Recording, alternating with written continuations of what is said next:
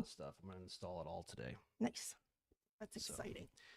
My daughter's at dance class with my wife, so I got some time. So I'm going to get that all done. Then I'm going to the LBPA, Lions Business Professional Association annual meeting dinner tonight. Oh, cool. Where is it? Ristrelli's. Yeah. Okay. All right. You ready, Jenny? Yep. Here comes the intro. You're listening to the Grow Clinton podcast. Grow Clinton is a 501c6 nonprofit economic, community development, and tourism organization based in Clinton, Iowa. For more information, visit growclinton.com. Again, that's growclinton.com. Now, back to the show. That's right, folks. You heard it here. Grow Clinton podcast coming to you with episode 131. We've done 2 of these bad boys today, Jenny. I know. We can't stop, won't stop. Can't stop, won't stop.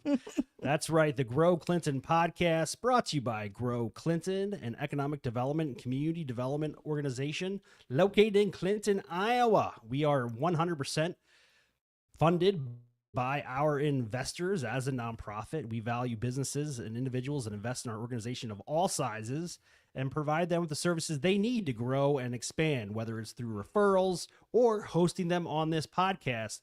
We want to make sure they receive a return on that investment. Speaking of investors, I have a favorite investor. Miles. That's right, folks. The Grow Clinton podcast is powered by Miles Communications, offering us wicked fast, high-speed fiber internet. Check them out, milestelephone.com. Again, milestelephone.com for all your internet needs. Also offering television and telephone services. Jenny, great guest today. Oh, I'm so excited about this. This is what we mean when we say the greater Clinton region or the bi-state region. Yeah. We have a guest from Savannah. Mm-hmm. Thanks for having me, guys. Yeah, sure. So that voice you hear is Eric Christensen. He is the owner and proprietor of River Cities Heating, Air Conditioning, and Refrigeration. Yep, that's correct. We shorten and say HVAC because I couldn't fit all of that into the screen here. Yeah, But- we weren't thinking that real well when we made our logo and all that other stuff up. Thanks. That's takes exactly up a what you lot. are. Yes. Complete this is transparency. Always time to make modifications, my friend. Right. But we see your trucks everywhere Mm-hmm. throughout the Clinton area. So congratulations on your continued success. Tell us a little bit about the genesis of what became River Cities Heating, Air Conditioning, and Refrigeration. Actually, River Cities was founded in 2005 by Don Carlson. Don was a great guy. Still around. Still, you stop into our office at 228 Chicago Avenue in Savannah, you're still gonna probably find him there. Yep, drinking coffee or hanging there he out. is. Sitting in a rocking chair. Yeah. Whatever Yeah. it might be. Very cool. Always looking to, meet the people that he's had relationships for over 40 years with. I talked to Don. Don was the salesman for the first job that I ever had. And in 2005, he started River Cities. In 2017, I ran into Don in the gas station and said, "Hey, Don, how's it going?" He said, "Oh man, it's been going great." He said, I really like it, but business is outgrowing me. I want to retire today. And just like most businesses, he had nobody to take it over. What Right, no a succession chance plan. meeting. So yeah, That's so incredible. it was great to see him. It was great to see us come back together again, for forever now. Yeah, we work with a lot of companies in the area that don't have a succession plan. That's You know, risky. it's risky. And they're looking for somebody, and often, like in your scenario, it was somebody that they worked with, they could trust, they knew, understood the industry, and could continue to grow and develop the business. And ultimately, that's what you want, and somebody that's going to take over what you're so passionate about as an entrepreneur, and that's something you started from scratch. So that's a great story, and awesome. Just meeting somebody at the gas station, and next thing you know, you're buying business. Yeah, I won't ever forget it.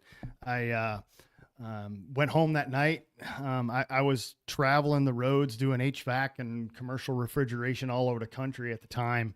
And we were starting to have kids, and my wife had kind of been on me about, hey, this isn't much of a life here. I don't remember seeing my daughter take her first steps and stuff like that. So Can knew you it was time imagine to if do you something. wouldn't have gone to the gas station? Yeah, you just never know. Oh my So- gosh. So I went home and I said, hey, well, you've been asking me to get off the road. What do you think? Here's our opportunity. And she said, well, I don't know. What do you think? I said, well, one of two things is going to happen. We're going to put everything in one basket. We're going to go for broke, or we're going to end up bankrupt. Well, here we are today. When I bought River Cities in 2017, we had 4 trucks. Today I got 15. Very nice. So very nice. Success. Now, what is the Farley's component? So the Farley's component is last year in November, we decided to acquire another company, Farley's Appliances. Out of Dixon. So we acquired them. Now, not only have we expanded with our services of HVAC and refrigeration, we now have appliances and as well. So it was a great addition. Now, do you think this weekend's supposed to hit triple digits right in the rec center? Are you going to be getting a lot of calls? I'm afraid it's going to be busy. Yeah. What is the most common issue you find? Is the clogged condenser outside with because a lot of the cottonwood's been falling all over the place too. Yep. So a lot of times you're right. You're exactly right. It is plugged condensers, plugged filters, believe it or not. We preach about it all the time about making sure we check those, filters and change them frequently, but it's something that just slips through the crack and we forgot. Sure. Yeah, we have a section of our building over here on the north side that we are absorbing. We're actually moving into that section and making a tourism center. It's been part of the first floor condominium here, obviously forever, but it has a separate HVAC unit. So when we get it serviced and stuff, they always forget about it because I didn't even know it existed. I had to find the key to the mechanical room to get in there and see it. Pulled the filter out. Filter dated 2020. Oh no! So I'm sure that was functioning very effectively. No, but yeah, it was. Now this is something that you mentioned. We were on the radio, Mac 94.7, and you said, and I never knew this, that a lot of the new units for heating and cooling are are just efficient enough that you don't need to buy the expensive filters. Because you mentioned that because when you go in the store and you see the filters, you see ones that are like $20. Yeah. And they have a picture of a dog on it, and it says they'll take care of the pet hair and the dander. And then you see the ones that have the brown cardboard exterior and the typically blue or green filter component. And you said for today's furnaces, that's fine. Yeah. So actually, what they've actually found is those cheap filters that you're talking about are actually better for your furnace. Okay. Really? And you just need to change them more frequently. Okay. Here's one of the reasons is those, what they call MERV rated filters that you're talking about that are the higher price ones are actually restricting too much air. Okay. There's not enough air coming back to that furnace. I can see that. Yeah. Which ends up over time burning heat exchangers out in furnaces and stuff. So, just if you got just a little 1-inch wide filter in your furnace, just go ahead and buy the cheaper filter and change it at least once a month. Yeah, you can afford it. You can buy a whole pack of 6, 7, 8 of them for the price of one. I love this news. If you're a person that's got a lot of animals and stuff in the house, you can go to what they call a higher efficiency filter. Okay, it's a wider 5-inch wide filter. Okay, it's gonna higher MERV rating and stuff like that. Yeah, and that's when you would buy the more expensive filter. The other nice part about that is you don't have to change it once a month. You can change it once every 3 months. What's a MERV rating? What is that all about? The MERV rating is all about. Come on, Jenny. I know. Everybody knows this. The MERV rating is actually is the thickness and stuff. How much restriction there is in the filter. I get it. Yep. Very cool. And then next door too, we ripped up carpet, and whoever laid that carpet just covered the registers for the return. Yeah. So you've probably seen a lot of things like that, haven't you? Oh, that happens all the time. Yeah. Why would you do that? I have no idea. I guess you're just being lazy, but they just laid the carpet right over. Yep. Yeah. Like, how important is it? Because often in my house, it's a smaller home, and my kids have stuff stacked all over the walls and are constantly moving their furniture around to make sure that you're not blocking where the air is coming out and then the return so the air can flow back through. That's a great question. So you do want to pay attention to that. And the reason is the ducts and all these registers in your homes are designed to get rid of the correct amount of CFMs in a system. Okay. You get 1 or 2 that's blocked off. It's not going to matter, but you're starting to get 5 and 6. You're going to notice in the wintertime that furnace shutting down, turning back on, shutting off, turning back on, because it's not able to get rid of all the heat that it needs to get rid of, and then it overheats the furnace.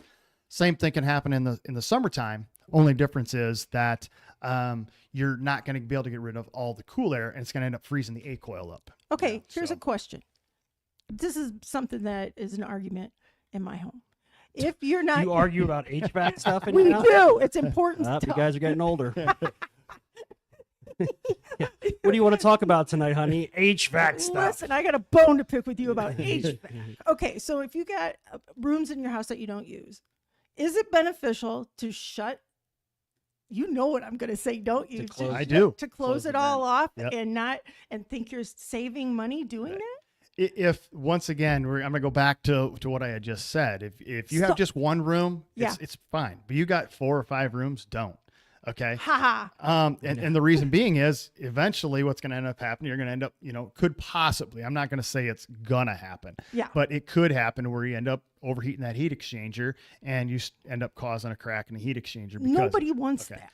Yeah. The other thing about it is if the doors are open, Yeah. it's just helping filter that air all through the house. It's Okay. going to go out those doors, and help cool or heat the rest of the house. Because they sell those magnetic covers that you just throw on top of your vents. Oh yeah. But yeah, we don't do that. We just leave everything open, and it's a small enough house, so I'm not worried about it. But Right. yeah, very interesting. It also goes back to, you get a lot of people that will say, well, yeah, I leave the house in the morning. And, in the wintertime, I'm not going to be there. So, I let it go down to 68 degrees. But at This home, is another argument. Yes. I At home- heard this lesson. when I get home, I want my house at, 74 degrees. I'm just using some numbers here, but don't do that. Don't do that. That's very You're inefficient.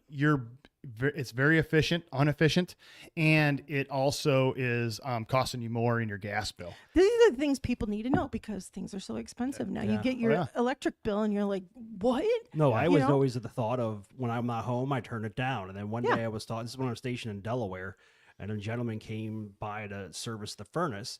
And I was just picking his brain. I do that with all service techs because, I want to know. Yeah. Because I don't want to pay a high power bill if I don't have to.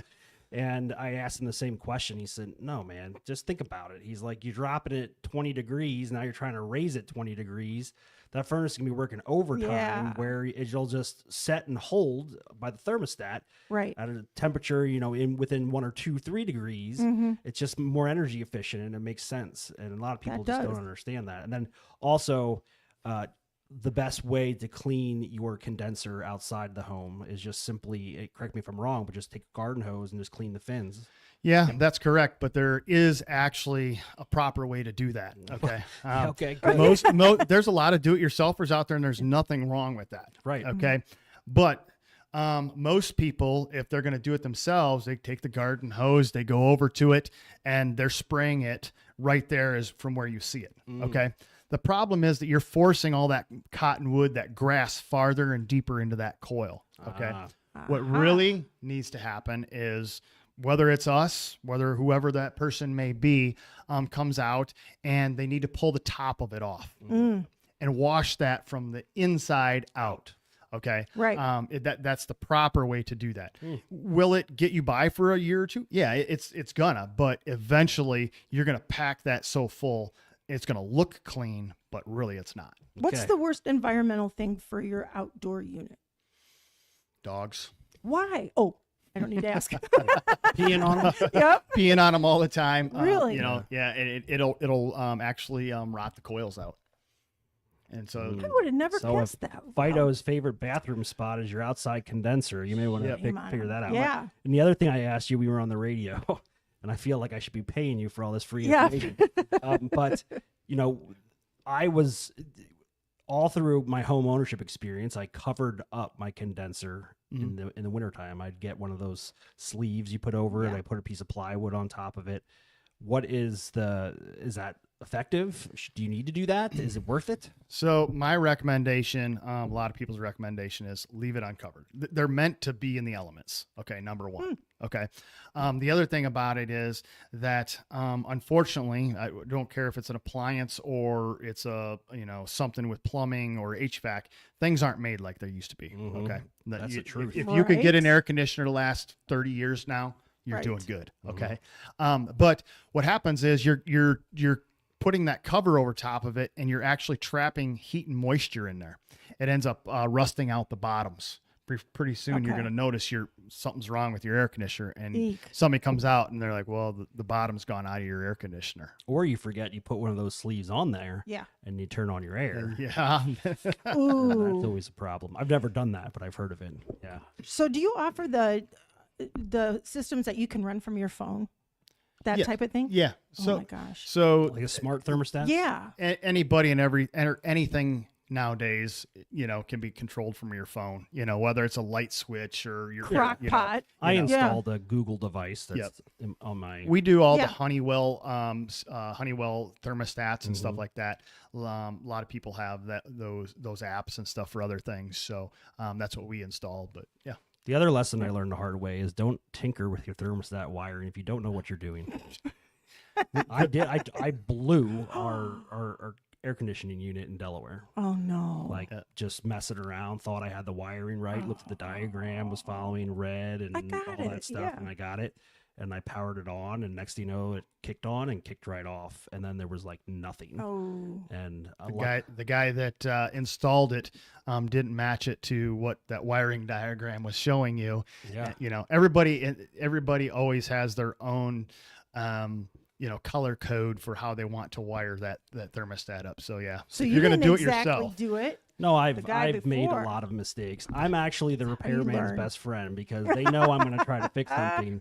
But speaking of repairs, and this is more sliding towards the appliance side of things, I am finding that more and more of these new refrigerators, freezers, combined units, even washers and dryers, it's hard to find people to fix them because yes. they're really designing them to be like throwaway appliances. I would agree with that statement. They are, and that's one of my worst fears and whatnot about this is it bothers me to be selling somebody a piece of equipment that's not going to last. Yeah. Okay. I don't want something that in 3-5 years is going to be a throwaway. Okay. Right. But I'm also a believer that we're technicians. We come to fix things. I'm not here to come to your home to tell you need a new system or a new refrigerator or whatever the case is. Right. And that's We're what you want. You want somebody who's going to come in and give you advice, not Right. sell you something and Correct. give you the truth about it. There's a lot of companies out there that they actually pay their technicians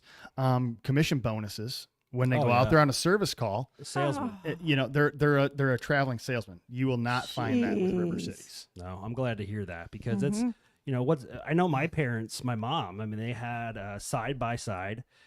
I have another question for you on this too. They had a side by side washer and dryer. It's just kind of when the front loaders came out, and it was a reputable brand. And they had it for about a year, and then all of a sudden it started to leak everywhere, and it just was. They had a technician come over. Oh, it's this. Oh, it's that. Oh, it's this. And then finally they said there's nothing that can be done. The parts that we would need to fix it are actually more expensive if you factor in the labor than it would be to go out and buy a brand new set of units. Yep. And I was like, man, that sucks because I mean, if you swipe a credit card, you're still paying on what you purchased, Right. plus interest, and now it's broke, and you got to go out and buy a new Yeah. set. And then I was told one time by an older guy back in the day that the top loads are actually a better purchase than the front loads.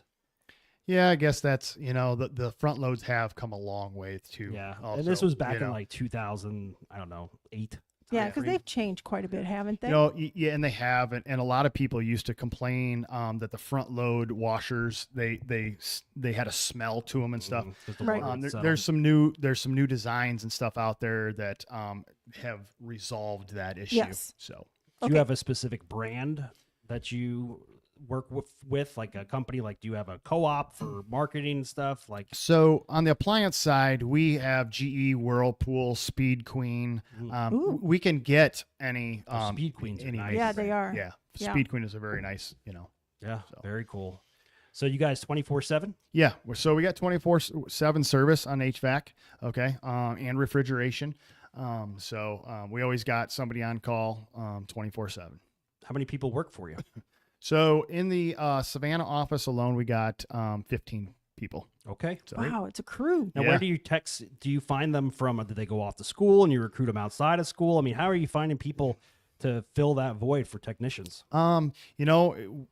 one thing about it is, and this comes from Don. Don always told me, Eric, anything and everything will happen for a reason. And, you know, part of it's been, I've reached out to schools. Parts of it, I have, you know, been referrals from somebody knew something. Some of it's been, you know, through recruiting services and such. So Yeah. It gets more and more difficult all the time to find more guys. So to get a certification in HVAC, how long of a process is that? All depends. So it depends on if it's here in the state of Iowa, state of Illinois, state of Florida. It all depends. But most places are all a 5-year apprentice, 4 to 5 year apprenticeship. And does that include the refrigeration aspect of it as well? Yep. Yes. Okay, That's very such good. a skill. Now you do commercial and residential repairs, both on the HVAC and refrigeration side, correct? Correct.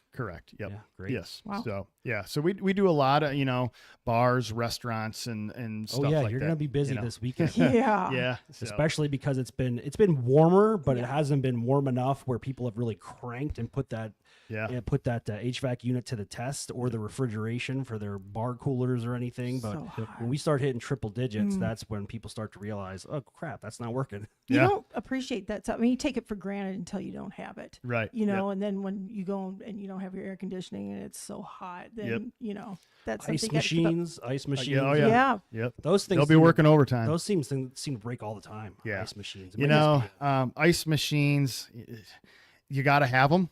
Yeah. Okay. Yeah. But they're one of the most costly things out there. They're always breaking down, you know, so so they'll be working overtime. Eric, before we let you go, what's one piece of advice you would tell, we'll stick with the residential side, a homeowner to make sure that their equipment and their appliances last?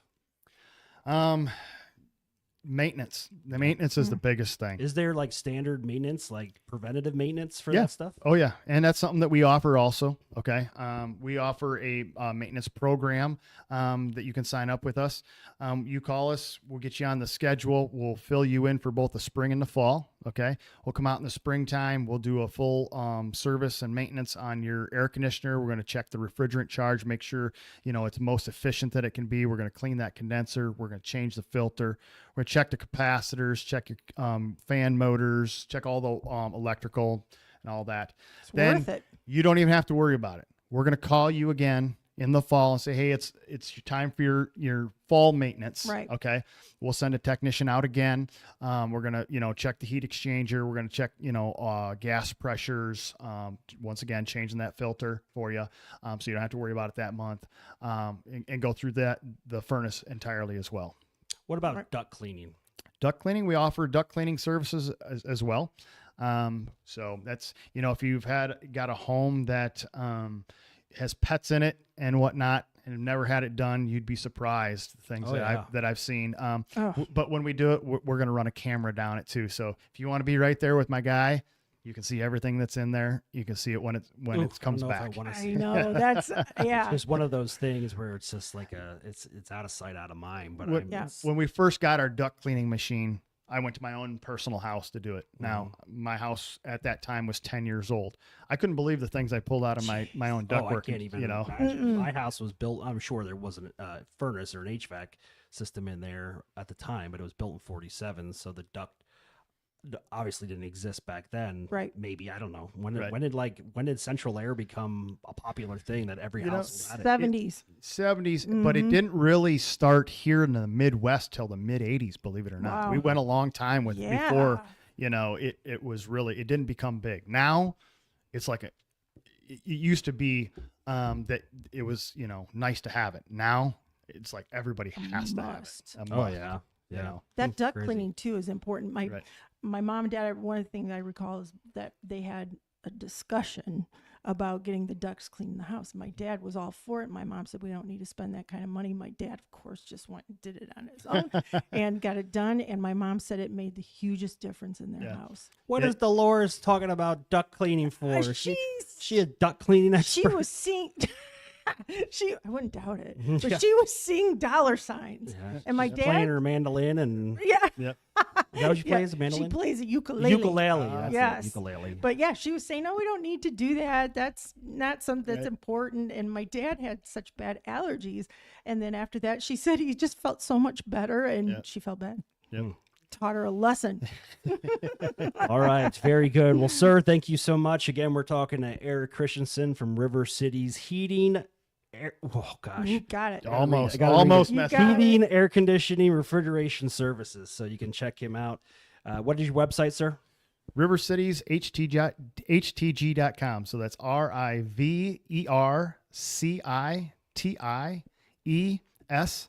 RIVERCITIESHTG.com. All right. Very good. We also have that linked in the show notes as well. Be sure to give him a call before it's too late. I think the worst time to call a technician is when it doesn't work. So you want to Yeah. make sure you're doing that maintenance because you guys are going to be busy. No doubt this weekend it's going to be definitely a lot of people calling for refrigeration and air conditioning. Yeah. Yep. And no matter who you call, when it gets 95, 100 degrees outside, whether it's us or it's somebody, just remember those guys that are out there, have a little bit of patience with them Yeah. because, they're out there for, 8 to 12 hours a day in that heat. And, yes, we know that it's, an inconvenience that the air conditioner's down, but they're doing everything and anything that they can to get you taken care of. I never complain. I'm glad I have the job that I do and the career that I do because my stepdad was a commercial electrician, and I would call my mom every once in a while, and he would just be in the background. Hey, I'm going to take a shower, and go up, and she was just like soaked in sweat, and just to be up and down those ladders, and you're in these large. For him, it was either, a commercial building, no HVAC, obviously, because they're just all installing the electric. And that's that's suffocating. Tough job. And but you're right. Be nice to them. They're doing their job. yeah, be nice. That's be kind. That's just a good life lesson in general. Yes. All right, Eric. Well, take care. Thank you so much for your continued support of Grow Clinton and everything you do for the community. We wish you nothing but the best of luck. I hope you have a good weekend. It should be profitable. We hope. And take care of your guys. All right. Yep. Jenny, what Thank you got you. going on the rest of the day? Oh, geez. Well, you're about done. I'm about done, but I'm starting to work on, I have a child care provider roundtable coming up next week. So Yeah. I'm starting to get that organized. That's a tough nut to crack. Boy, it is. We've been working on that for a very long time, and there is no easy solution. So There just making isn't. sure that childcare is one available and two affordable. And I Right. know a lot of our regional centers have been kind of raising their rates because it's hard to keep people. It's hard to keep It daycare is. providers.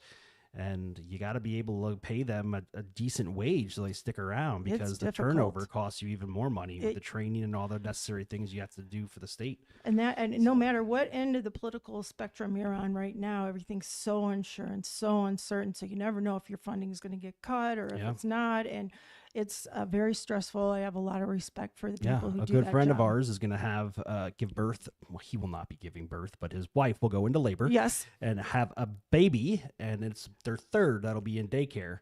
All three under the one daycare, and that's boy, that, ouch is right. Yes. it's more than his mortgage, substantially more than his Yes. mortgage. Oh, And it's boy. like, I jokingly texted him the other day, and I was like, "Well, I'll pick you up on my way to work." He's like, "I'm going to sell my truck. I don't know what I'm going to do. I'm not going to be able to afford daycare." So, yeah, you're blessed to have a nice, large family. Right. And but that sucks that you gotta sit there and think sometimes so about, do I procreate and have another child? Right.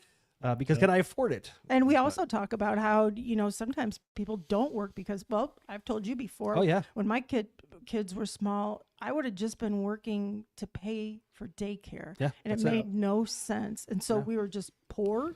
But I was home. Yeah. It was great. But, you wonder why. I understand why it's like that. But boy, is it stressful. We just talked about that the other day, my wife and I, about, a career opportunity elsewhere. This is a while back, though, before she got the job she has here at Mercy One, but it was going to require her to travel substantially every single day, Monday through Friday. And we just crunched the numbers, and I said, okay, wear and tear in your car, gas, because you're not getting reimbursed to travel to and from work, and daycare. That would be That's literally 3/4 of your paycheck. Yep. Would go to that. So you're leaving home, you're missing all these things for a few $100 at the end of the day. Yep. So not worth it. All right. Well, Jenny, you have a great rest of your week. You too? I am going to the Lions Business Professional Association annual meeting this evening to nice. celebrate the Lions Business District. Always look forward to that. Yeah. And we're working on our membership survey, which I'm working to get that all up in line. So thank you for taking care of that. And that's it. All right, everybody. Thank you again for listening to the 131st episode of the Grow Clinton podcast. My name again, Andy Sokolovich. If you want more information on Grow Clinton or you want to become a member of our organization, visit growclinton.com. You can reach out to Jenny or you can visit our office at 721 South 2nd Street here in Clinton, right underneath the South Bridge. Until we speak next time, stay classy, folks. Thank you for listening to the Grow Clinton podcast. Be sure to subscribe and follow us on all your socials. Until next time, see ya.